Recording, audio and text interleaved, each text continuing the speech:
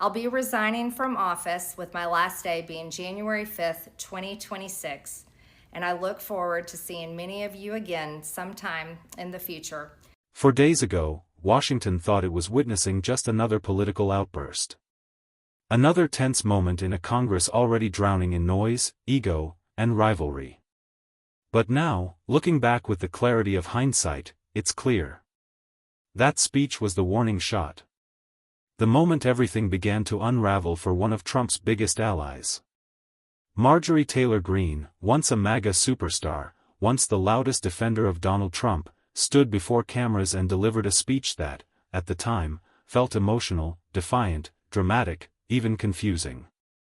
But today, it reads like the beginning of a political earthquake. Because yesterday, in a move no one saw coming, Greene officially announced she is resigning from Congress. Not in silence. Not in shame. But with accusations aimed not at Democrats. Not at the media. But at Donald Trump himself.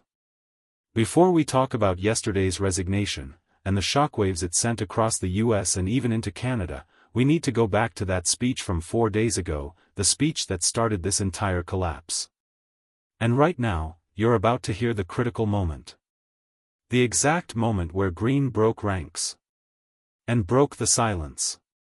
I was called a traitor by a man that I fought for 6 years for. And I gave him my loyalty for free. I won my first election without his endorsement, beating 8 men in a primary. What you just heard was not merely frustration. It was betrayal. Raw. Personal. Explosive. In one clip, Greene pulled back the curtain on a civil war inside Trump's own political family. She accused the man she defended for 6 years, the man she campaigned for, fought for, and aligned her entire identity with, of calling her a traitor simply for refusing to remove her name from the petition to release the Epstein files. Her voice wasn't simply angry. It was deeply wounded. And that wound is what set off everything that followed, the media feud, the internal GOP panic, and finally, her resignation. Because 4 days ago, that speech didn't just expose her conflict with Trump. It exposed Trump's fear. His fear of what she knew. His fear of what the Epstein documents could reveal. His fear of her stepping out of the MAGA line. And yesterday, that fear became reality. Greene's resignation hit Washington like a meteor. Republican strategists were blindsided. Trump's inner circle rushed into damage control. And the political world quickly realized. This wasn't a simple disagreement. This was a rupture. This was a fracture spreading across the Republican Party at the worst possible moment. And while the US spirals deeper into chaos, the timing could not be more interesting for Canada. As American politics burns, Prime Minister Mark Carney is thousands of miles away in South Africa, attending the G20 summit, quietly using this moment to strengthen Canada's image on the world stage. Because every time the US looks unstable, Canada looks more stable. More responsible. More appealing to investors and global partners. Greene's resignation is a gift to Carney. And a blow to Trump. But the story doesn't end with Greene's speech. Just 48 hours after she exposed Trump publicly, reporters cornered the president with a simple question. Are you willing to forgive her? And Trump's response was, revealing. Cold. Dismissive. Almost angry. Mr. President, are you willing to forgive Congresswoman Taylor Greene? Forgive for what? No, I just disagreed with her philosophy. I said, go your own way, and once I left her, she resigned because she would never have survived a primary. But I think she's a nice person. Okay, thank you. What you just heard is Trump's unfiltered reaction. A reaction that confirms what many suspected. His split with Greene wasn't just political, it was personal. He mocked her. He dismissed her concerns. And he claimed she would never survive a primary. And that, right there, exposes why this moment is such a heavy political loss for Trump.